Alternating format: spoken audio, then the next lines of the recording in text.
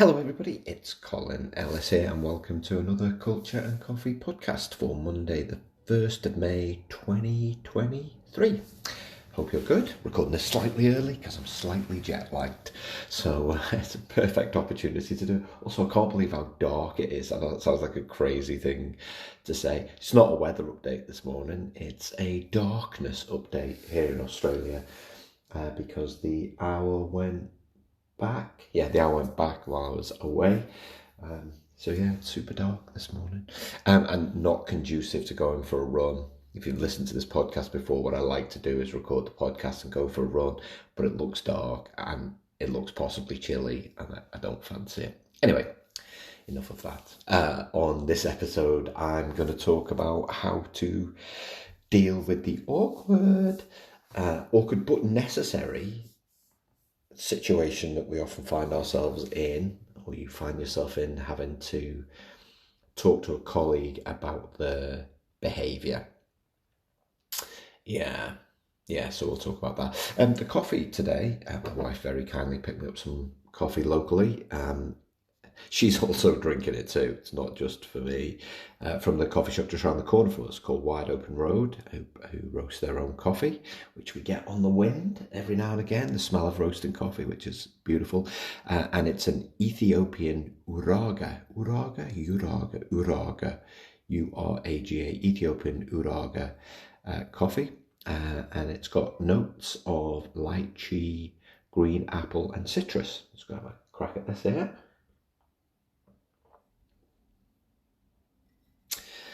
I'm not really getting much citrus there. Definitely getting some lychees, which I'd never had a lychee until I was about in my early 30s. You know, there's just some foods that you've never had, and then you have them, you're like, how have I never had this?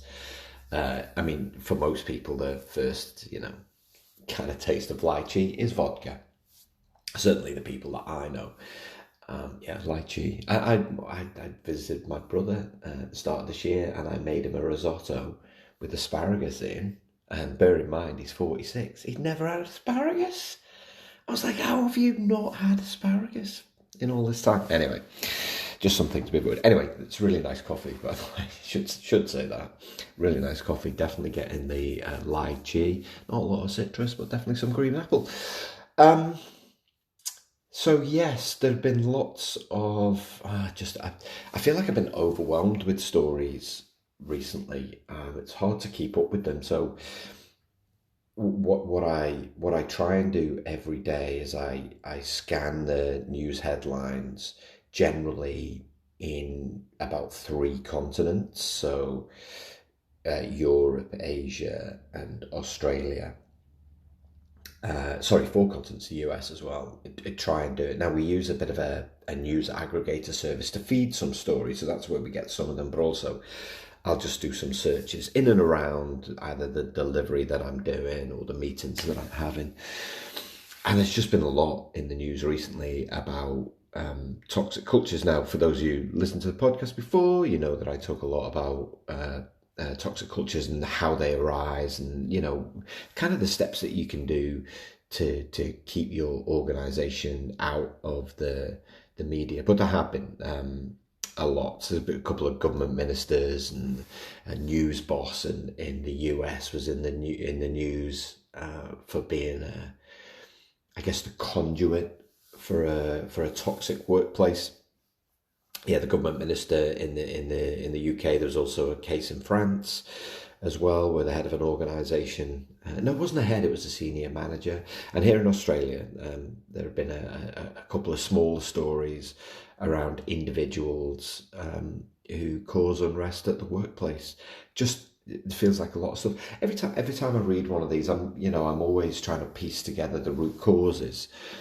Partly so it can inform my work, but partly so we can extract the lessons from it, so I can pass them on in podcasts such as this. And when I read those stories, one of the things that immediately leaps to mind is that somebody knew that the behaviour was toxic. Somebody knew that person was acting inappropriately. Somebody knew, right? right? Every time you read one of these stories, the first thing you think of is like, well, somebody new. And I always say that, you're only as good as the behavior that we choose to role model or that we choose to walk past.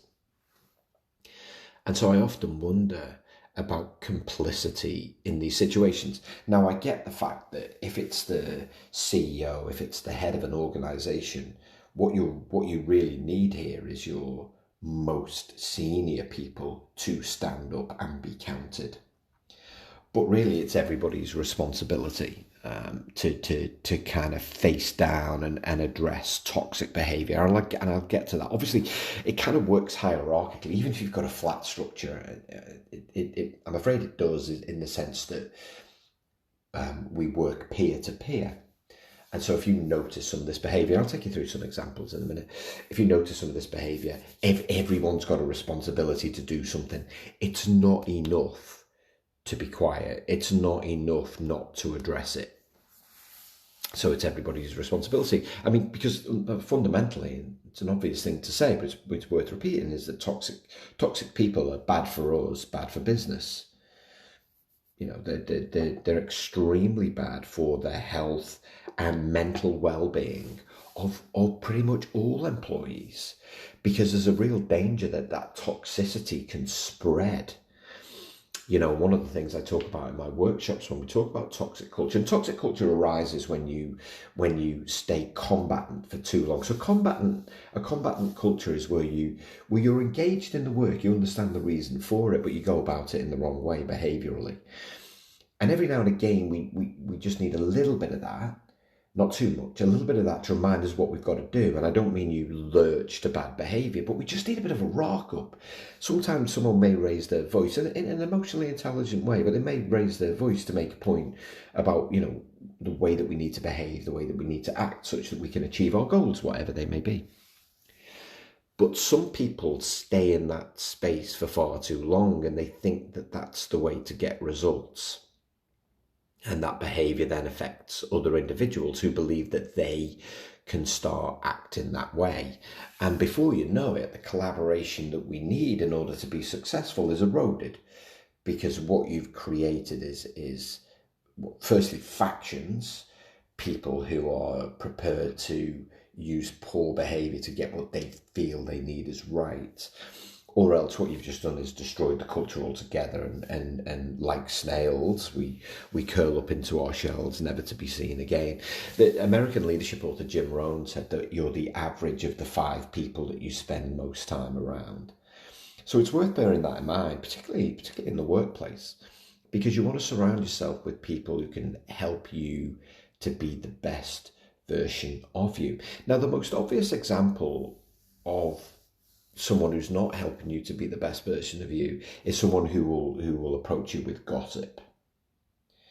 Now, gossip is a prime example of toxic behaviour, and yet for some reason it seems to be okay. It seems to be pervasive. Now, you're listening to this and you're probably thinking, well, Colin, it's not okay. Of course it's not. It's absolutely not okay. In many respects, it's the worst thing that you can do to another human being, right? Psychologically, without them knowing about it. It's the worst thing you can do, call someone behind their back. It's a terrible thing. And yet we do it all the time. As human beings, we do it all of the time, is we talk about people behind their back, and we make excuses for it. People will say things like, oh, I shouldn't be telling you this. I shouldn't say this, but, oh, did you hear what she said to me? I don't normally talk about people, but this guy, listen, don't tell anybody else, but how much do you think he earns? He's not worth that money. Did you see him at that event? Did you see what she was saying? Did you see what she... It happens all the time, right?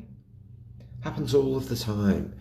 And it's not acceptable. It's completely and utterly unacceptable. I remember one of my team, 2011, 12, something like that, one of my direct reports, and I was in the kitchen making a cup of tea or a cup of coffee, and I overheard her talking to another, she was a project manager, she was talking to another one of the project managers, and she was bad-mouthing the sponsor, and I just called her over and I said, it's absolutely inappropriate for you to talk about another human being in that way. Forget about the seniority. And the first thing she tried to do was rope me in, right? And she was like, oh, but Colin, you must agree. I'm like, absolutely not. I don't agree with anything that you're saying. And if you've got a problem, then we need to discuss it with this particular individual. Because what I didn't want to do is pour fuel on the fire and go, oh, I know. He can be like that, can't he? He wasn't a particularly nice individual, but that absolutely wasn't the way to go about it. And we dealt with it by actually going and having a conversation. I said to her afterwards, how do you feel? She was like, oh, I feel much better. I was like, yeah, because the way to address these things is to actually speak to the individual. But the point that I'm making here is that, and this is just one example of a toxic employee, and I'll get to more in a minute. One example of a toxic employee, this is almost the mildest form sometimes, and yet it's not. And you have to shut down gossip straight away. Now, the easiest way to do it is to let the person finish their sentence. Don't react to anyway. No nods. No none of that. Let them finish their sentence and say, please don't ever talk to me about another human being in that way ever again. I don't think it's right. Gossip is not something I agree with. Now, that's something really, really simple that you can do. Really simple. Now, if you're afraid of confrontation, be assured that this is not confrontational. This is you simply stating that you don't want to be party to this conversation, and then you can walk away. Like literally walk away if you're in the same space, or if you're doing it virtually, you've made your point. You don't need to say anything else. You also don't need to apologize. You don't need to be like, I'm sorry, but I don't want to hear this. No, you're not sorry. This is not something that you want to get involved in. And now sometimes other people will try and get you involved in the drama. This just reminds me, I'm not sure if you're familiar with this. It's worth a Google if you're not familiar with this. Is the Karpman drama triangle, which is used a lot in I think it's used in psychotherapy. I think it's developed by a guy called Stephen Karpman years ago now. I should have really looked into that ahead of this point. It just immediately leapt to mind. But the Karpman triangle is where there's just, you ever had those situations where it just feels like there's non-stop drama going on? Do you know what I mean? And this is the kind of drama triangle. Now I'm trying to remember exactly, but there's essentially three roles in a drama triangle. There's usually kind of a victim, someone who is helpless in a scenario, who is being persecuted, for want of a better word. I think that's what it's called in the triangle, persecuted by another individual. And then the third person in this relationship is a rescuer, someone who swings in. And what happens is you move all around this drama triangle, and the goal really is to find a center point where you're actually prepared to take action. So the victim will often come to you and talk to you about this situation, and they'll come at it from a poor me, I can't do anything, I'm helpless, kind of, I feel oppressed, I feel ashamed. Now please don't mistake me here. If someone's got a genuine grievance, if they have been bullied, and if you've witnessed bullying, it's your responsibility to report it. It really is. I've said many, many times on this podcast, it's unacceptable for any human being to disrespect any other human being, or threaten or harass or bully any human being in a work context. Okay? So if you witness any of that, it's your job to report it. It's not your job to sit on your hands, because you don't. Firstly, you want to protect that other individual, right? But secondly, you don't want to be on the receiving end of it yourself, because if you're only as good as the behaviour you choose to role model or walk past. If you walk past that behaviour, it might come your way. These are scenarios that when I talk about the drama triangle, these are literally people's dramas. And it's usually something you've witnessed, and it's not been done in the way that the victim says at all. But the persecutor is made out to be kind of the bully and the person that's critical, and often they can be. They can put people down. Often people who are direct in their communication are often seen as persecutors, when actually it's a different communication style. They're seen as a bit, I don't know, bossy or domineering, or they're quite rigid in their thinking. So you've got these kind of two people clashing, and then you've got this rescuer role that just kind of sweeps in, who always ready to help and basically get involved in something. Do you know what I mean? We probably all come across these people, and we've probably all been these people. We've probably been all three of these roles at certain stages in our career. What they and rescuers will pour fuel onto the gossip fire, because they'll make the victim dependent on them. They'll I guess they want to be integral to the solution, even though sometimes they don't always believe that the solution will work. So when you end up in this never-ending drama triangle, hence the name, I definitely go and research it. It's called the Karpman Drama Triangle by a guy called Stephen Karpman. But the goal is to land in the centre point, and the centre point is for one of those people to be the change. So the rescue will say, it's up to you to go and speak to that person. The persecutor will say, it's up to me to apologise for my behaviour, or to create or more understanding. It's up to the victim to address the issue and explain how they feel, and kind of what that resolution is. I think if your role there, if someone talks to you about something like that, is to encourage the person to take action. It's not to take the side of the persecutor and be thinking in your head, well, if I was that person, I would tell him what to do. He's a lazy so-and-so, and I know it too, right? It's not to assume that role. It's not to assume the role of rescuer and say, how can I help? The best thing that you can do in that scenario is tell the person who's on the receiving end to actually take control of the situation and go and talk to that person. Because it's only through conversation that you can actually resolve it. Now, if that person doesn't feel that they can talk to that person, then they have to go and talk to HR. That's the pathway. That's the pathway. We what we don't want is this person feeling helpless. Again, part of that drama triangle. I used to have a phrase, save the moans for home. What you want to do is keep your gossip to yourself. Like, save it for your parent, your partner, your pet, people who don't really care. They don't. Like, they'll listen to you, but they don't really care. Like, oh, that's nice, dear. Because what you don't want to do is become toxic yourself. All right, so be aware of those scenarios and situations. Anything that you feel sucks the life out of you, right, is a situation to be avoided at all costs. But ultimately what you want to do, and this is true of anybody who's a toxic employee who works in and around you, or you feel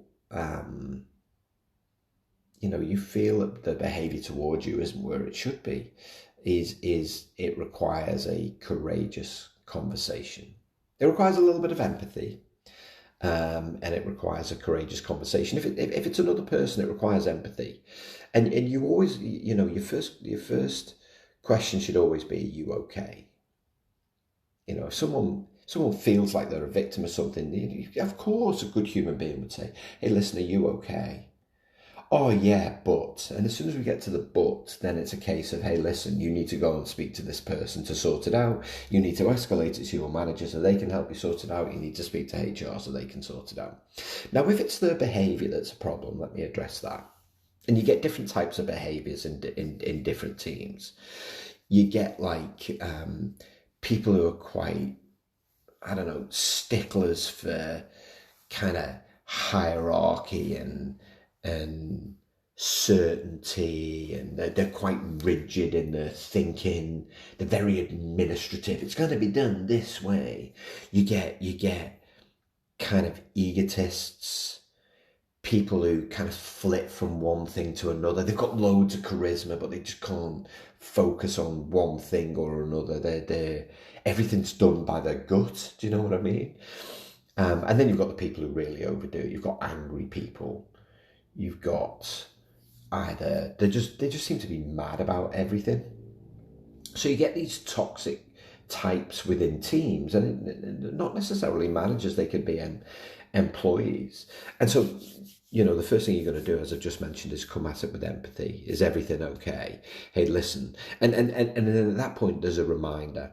You have to remind them that there's a way to behave. Now, if you've done the work to define your culture, then what you've got is a baseline. All right, so the work that I do with organizations, we do culture workshops and we define the behaviors that we expect of each other. You can then say, you can call back and say, hey, listen, we spent 2 days off site agreeing how we behave towards each other, and this is not it. All right, so if you've got that, great. If you haven't, then you talk about respect for other human beings. I mean, fundamentally the same thing, but that's what you're going to do. You're going to say, hey, listen, that's no way to treat me, treat another person. Our role is to respect each other and then to work hard together to achieve the outcomes that we're looking for collectively. But what you can't afford to do is sit on your hands. So empathy first. Why are they behaving in this way? Is there something that you need to better understand? So sometimes the question is, hey, listen, why would you say that about another human being? Why would you say that about Colin? What has he done to upset you? Oh, blah, blah, blah, blah, blah. Well, maybe you need to go and talk to Colin. It's not my job to get involved, but we can't have that behaviour in this team. Okay. So similarly, when people check out, it's just as toxic when people don't contribute. Do you know what I mean? We're all of the teams involved, but one person's deciding that they're just going to disengage for whatever reason. And again, what you want to do is invite in gently. Colin, you haven't shared your opinion and we're a team here. What's your view on this? I don't have one. Well, we're a team. So I'm just going to give you a couple of minutes to think about it, but we need your input too. Every now and again you'll get people who check out and are like, oh, I'm not going to take part for whatever reason. They might be stuck in their own little drama triangle. But again, a little bit of empathy first. I know what you don't want to do, if you're a manager, what you don't want to do necessarily, unless the behaviour is really poor, is you don't want to address it publicly. You're always going to address it afterwards, privately, one-to-one. There's very few occasions, if I think back as a manager, where I've done something publicly. I remember someone fell asleep in a meeting once. I thought that was really poor. And I asked them to leave the meeting. I woke them up. Imagine that. And it's not like my meetings are boring. My meetings are, anyway, turned out this guy had been playing video games late at night, whatever. But very few occasions. Oh, there was a time when it was either 2 people or 3 people came late to a meeting together. Now, if we work together, I ran my meetings like clockwork. They always started on time. They always finished on time. They were always like random times, like 17 minutes and 22 minutes. It was never 30 minutes and 60 minutes. But 3 people came in late together. So I stopped the meeting. Normally I wouldn't. If someone was late, if one person was late, I would carry on with the meeting, then I would address it with them afterwards. But 3 people came in together and they were talking as they came in. And so I stopped the meeting and asked them where they'd been. Did they not know what the time of the meeting was? And it wasn't appropriate for them to be disruptive when they walked into the room. And then I spoke to them again afterwards. There's rare occasions when you do it publicly. The behaviour has to be pretty bad. But you're going to do it privately. And so if you notice behaviour of one of your colleagues, I would never suggest for 1 minute that you would do it in a public situation. What you want to do is pull them to one side and say, hey, listen, I'm not sure if you're aware, but when you talked to whoever before, that was quite a harsh tone. It was quite disrespectful. I'm not sure if you notice, but when you talk over the top of people, it's very disrespectful. Have you ever seen that? Again, that's just a toxic behaviour where people won't let other people finish a sentence. I had a question recently about how do you stop people talking over each other in virtual meetings. Really, it's really easy. Because every tool has this, is everybody goes on mute and then you either use the chat and you type in your name and that's the next person that speaks, so you get a list. And so if I want to speak, I'll just type Colin in the chat and the facilitator will see Colin, or you use the hands up function. right? And the hands up point is up to the facilitator to notice who's got their hands up first. If you didn't see, just say who had the hand up first and then allow the person to come in. So it's really straightforward. But again, people don't structure or set up their meetings in that way. So, so you want to address it privately. You want to point it out. You don't want to be the rescuer. You don't want to be the fixer. It's up to people to fix their own behaviour. You can't tell people to be positive. You can't tell people to have a growth mindset. You have to help them understand how to get there themselves. Now, if you're a manager, that's your job. Your job is to motivate and inspire individuals to do the best work that they can. And you have to create an environment, a great culture in which they feel able to do that. Also, you have to create a culture of accountability so that where one person does step out of line, their teammates hold them accountable. And as a manager, that's when you know that you're doing a great job, because you get very few things bubble up for you to actually address. And I remember one incident when I was managing New Zealand. I remember this guy came to me, he's like, Colin, we had an incident earlier this week. You don't need to know about it. Just to let you know, it's sorted. And I was like, awesome, thank you. And of course, I was constantly thinking of the rest of the day, ooh, I wonder what happened. But the team had sorted it out and it was great. I mean, performance was back where it needed to be. If this person doesn't want to change, then you have to help them to get help. A coach, a mentor. Most organisations offer some form of employee assistance program, or an EAP program, where they can get help. They can join an informal network of people where they can share their ideas. But I guess to finish the podcast, it's just not good enough for them to behave and perform poorly. They're letting the team down, and that's not acceptable. And it's also not acceptable for you or their manager to walk past that behaviour. Someone has to take responsibility for dealing with it, such that toxicity doesn't become pervasive and ruin things for everyone. Hope you've enjoyed today's podcast. I look forward to speaking to you soon. Ta-ra for now.